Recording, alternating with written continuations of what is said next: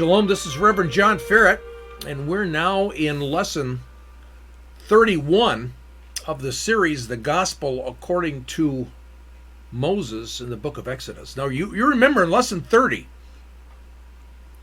that God actually calls the Egyptians the neighbors of the Hebrews. Now, we started delving into this. We're going to continue in this.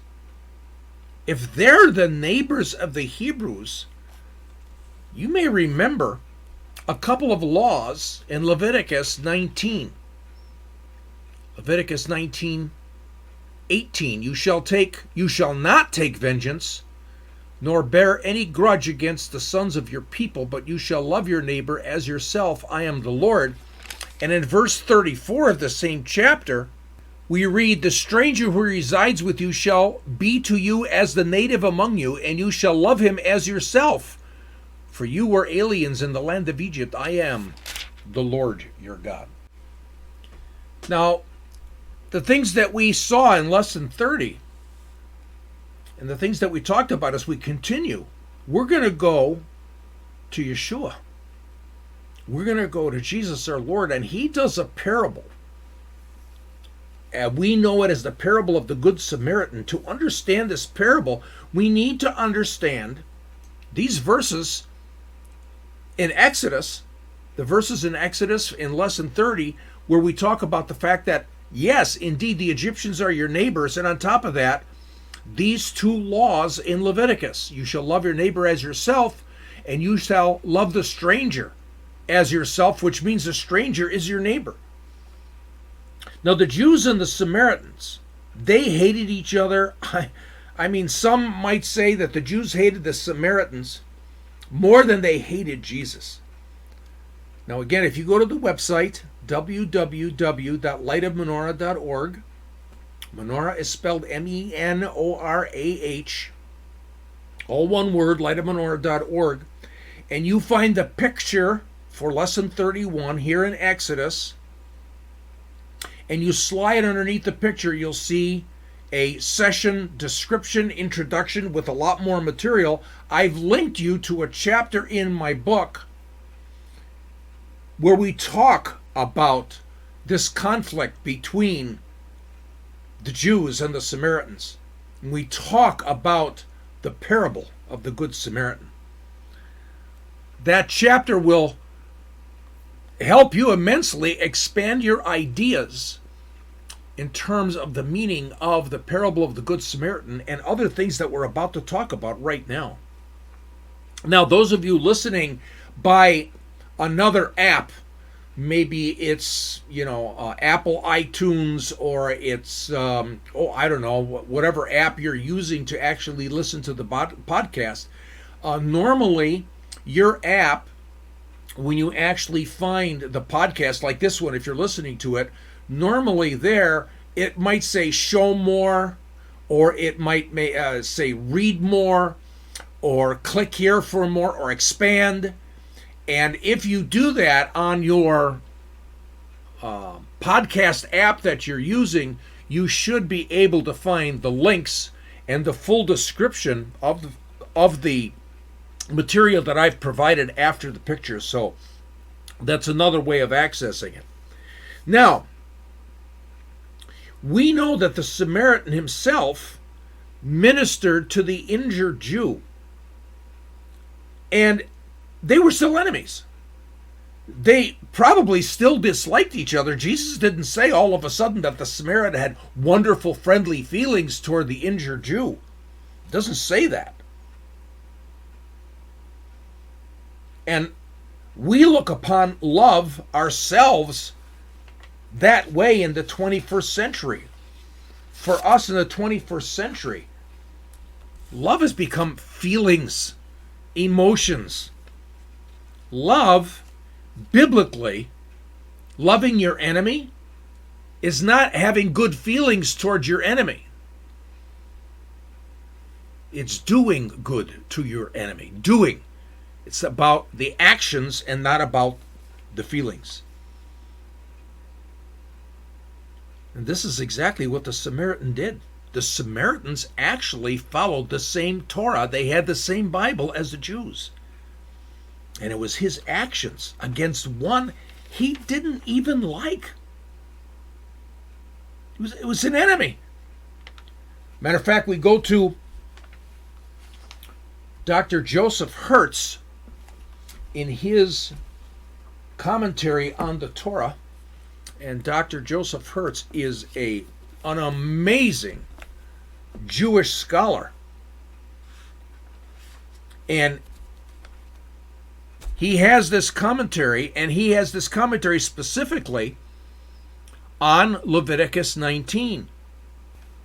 In Leviticus 19:18, Dr. Hertz talks about the fact that from a rabbinic point of view, it forbids repaying evil with evil. So if a man finds two people who are in distress, he finds two people who are in trouble, and they both want to be saved and helped out in their distress, but one of them is your friend and one of them is an enemy, you should first assist your enemy in order to subdue your evil inclination.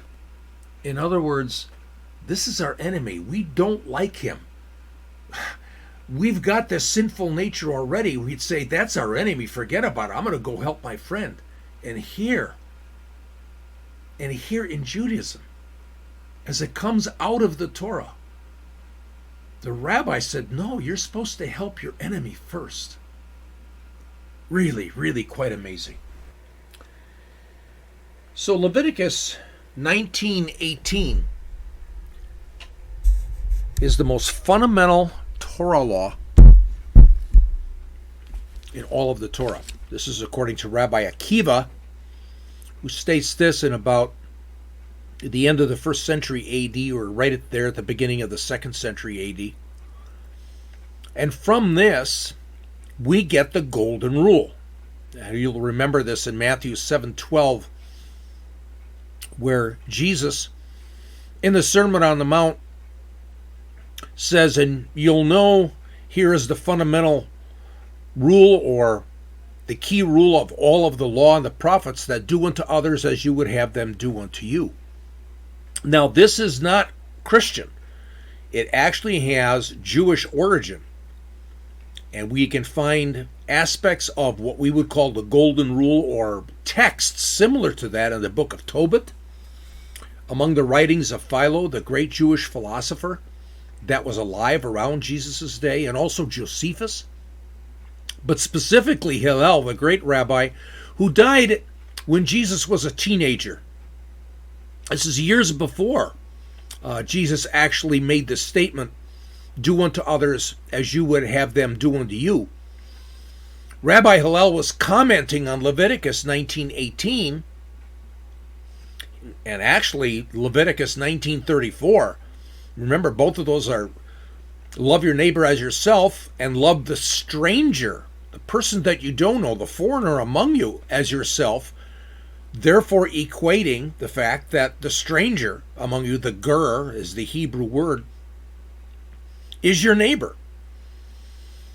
And Hillel states it kind of in a negative way. What is hateful to you, do not do to others. And both of these taken together, Jesus' statement, do unto others as they would have them do unto you, or do unto others as you would want them to do to you. And then here's Rabbi Hillel saying, what is hateful to you, do not do to others. And they're both very, very similar. Now, one of the reasons I bring this up, I just heard about the platinum rule. You can find this all over the internet if you wanted to Google platinum rule. And the platinum rule basically says, do unto others as they want to be treated. That's the platinum rule. Some say that this trumps the golden rule. And some say the golden rule is archaic, old, and not applicable anymore. Now, this to me really shows clearly one's lack of Bible understanding. Because what we're going to see is the platinum rule seems to be a corollary of the golden rule. It comes out of the golden rule. First aspect, let's take a look at it. The platinum rule basically assumes that you know the other person, because it says, do unto others as they want to be treated, which means that you know the other person, you know how they want to be treated. Well, how many people, billions of people, do we not, we don't know? There are people we know, and there could be lots of people we know, but even those people we know, how well do we know them that they want to be treated in a certain way in a certain circumstance? We don't. Only God can do that. Only God knows what is going through the mind of another person that we don't know, and how they want to be treated. So that is one aspect that for us as human beings, if there's somebody we don't know, and there are many people we don't know, how do we figure out how they want to be treated? Another aspect of this is when we take a look at the New Testament and Jesus saying the golden rule, do unto others as you would have them do unto you. Hillel says it in a different way about 15 years before Jesus. What's hateful to you, do not do to another person. And again, we just said, you may not know what they want. You may not know how they want to be treated. And so if we thus focus in on a stranger, any stranger that we don't know, we could say, well, we don't want to treat them badly. We don't want to be treated badly. Things that are done to us that we would hate, we don't want to do that to another person, because most, if not all of us, want to be treated in a good way, want to be treated in a respectful way. And so indeed, as we take a look at the strangers, like Rabbi Hertz, when he made his commentary that we talked about earlier, where he said there are two people. There are two people in distress. Two people that are in trouble. One of them happens to be your friend who you know, and you can see their condition that they're in, that they need help. So you have a pretty good idea of how they want to be treated. But the other one is an enemy. And if it's an enemy, you probably don't know them as well as you know your friend. But they seem to be in the same condition, the same need for help. They're in the same distress as your friend. And what did the rabbi say?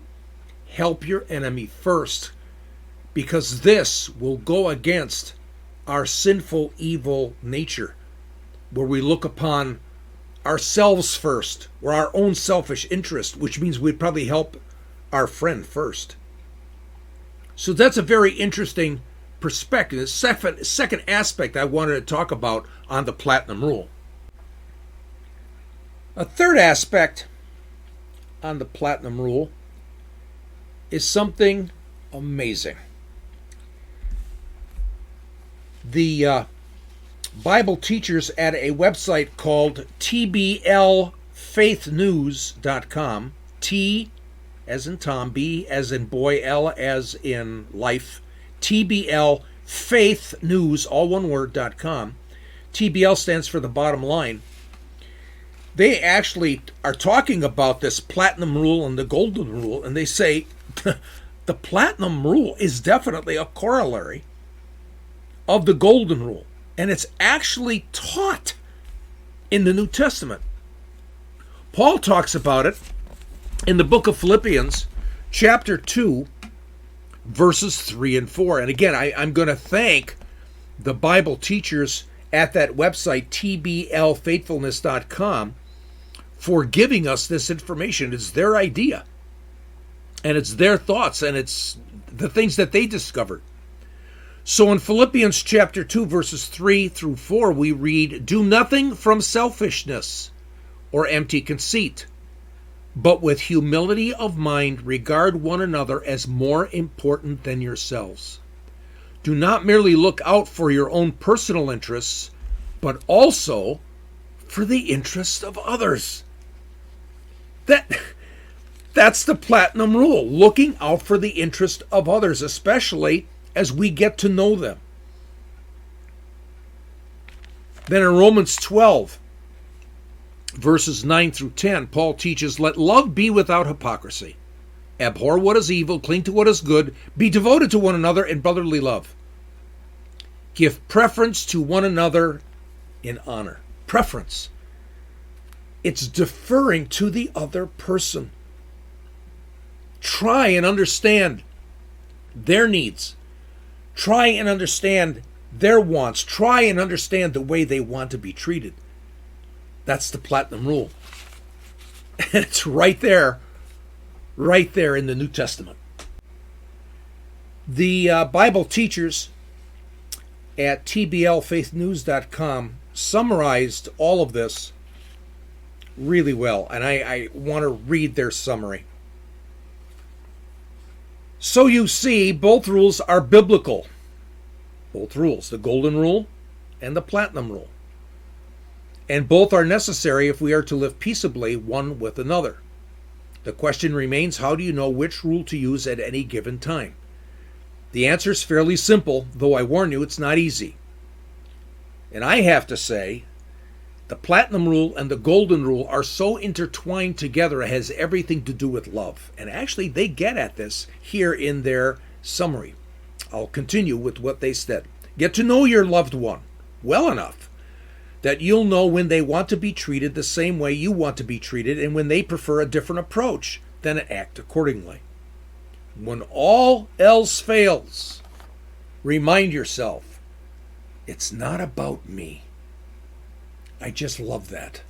Because indeed, when we take a look at the golden rule, we take a look at Leviticus 19:18, Leviticus 19:34, we take a look at the platinum rule, it really comes down to this. And that is, it's not about me. It's about loving the other. Doing the best we can, even if we don't know how they want to be treated. I had mentioned in Lesson 30 that there is another concept that I want to deal with. And that concept is, what's the name of the Pharaoh of the Exodus? And I said it had everything to do with Exodus chapter 11, verse 5, where it says, and all the firstborn in the land of Egypt shall die. From the firstborn of the Pharaoh who sits on the throne, even to the firstborn of the slave girl who's behind the millstones, all the firstborn of the cattle as well. It so happens that a Pharaoh becomes a Pharaoh in normal cases because he is the crown prince. He's the firstborn of his father. And the firstborn of the father becomes the crown prince and becomes the next Pharaoh. But the problem is, when we're reading Exodus, the Pharaoh of the Exodus didn't die. So that means that the Pharaoh of the Exodus was not the firstborn. Now, I urge you to go back and study Lesson 5 in this Exodus series, Parts 1 and Parts 2. I've linked you to those lessons at the website, like I've linked you with the other things as well. So go to the website, look underneath the picture for Lesson 31 in Exodus. You'll see the session description, and you'll see the links there for Lesson 5, Part 1 and Part 2. They have everything to do with the dating of the Exodus. And it's all based upon real, credible archaeology and not my opinion. And again, once again, I provide many links and added resources in the session description just below the session picture. And like I said, if you're accessing this podcast using other apps, look for words when you're using your other apps for something like show more or read more to actually expand and actually access the session description so you can get at those links. Now, in Session 5 in Parts 1 and 2, it is argued that the clear biblical dating of the Exodus is 1446 BC. If that's the case, the Pharaoh then was Amenhotep II. Now, I want to also bring up that I'm going to provide you with links to another amazing scholar. Brand new videos. Matter of fact, I have just seen them, though I met this archaeologist and this Egyptologist several years ago when I attended the conference of the organization I belong to, the Near East Archaeological Society. So at the website, I link you to his videos. He's a great Christian scholar. His name is Dr. Doug Petrovich, and he has 2 amazing videos to show more and compelling information that indeed Amenhotep II was the Pharaoh of the Exodus. Now again, like I said, only the firstborn son of a Pharaoh can become the next Pharaoh. If that's the case, Amenhotep II as Pharaoh should have died, but he didn't.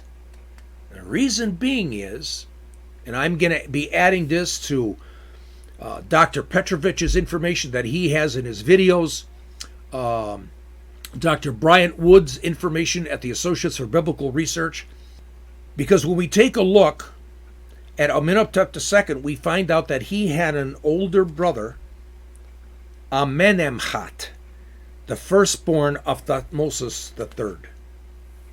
Amenemhat died, and so that the next Pharaoh had to be the next son, which was Amenhotep II. This is amazing.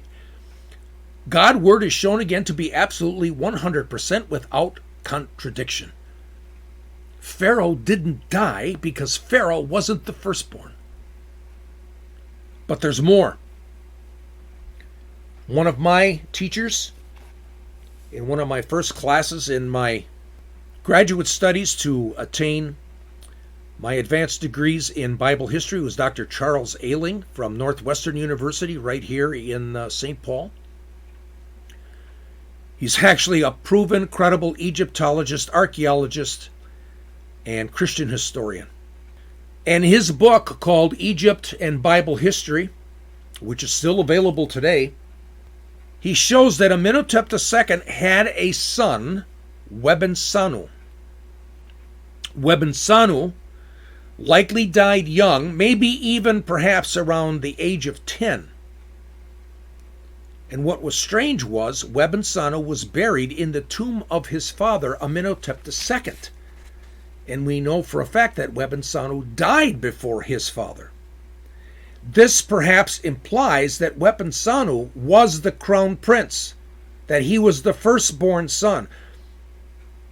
Now, Webensanu's half-brother, Thutmose IV, became the next pharaoh after Amenhotep II. He's the next pharaoh. The firstborn of Amenhotep II is dead, and Thutmose is next in line to become the next pharaoh. This is just amazing. This is real history. And again, this real history shows the accuracy of Exodus chapter 11, verse 5, that all the firstborn would die in Egypt. But Pharaoh wasn't the firstborn. He lived. And Thutmose IV, who was the next pharaoh in line, was not the firstborn of Pharaoh. And so I have to say that I'm in awe of Yahweh Eloheinu,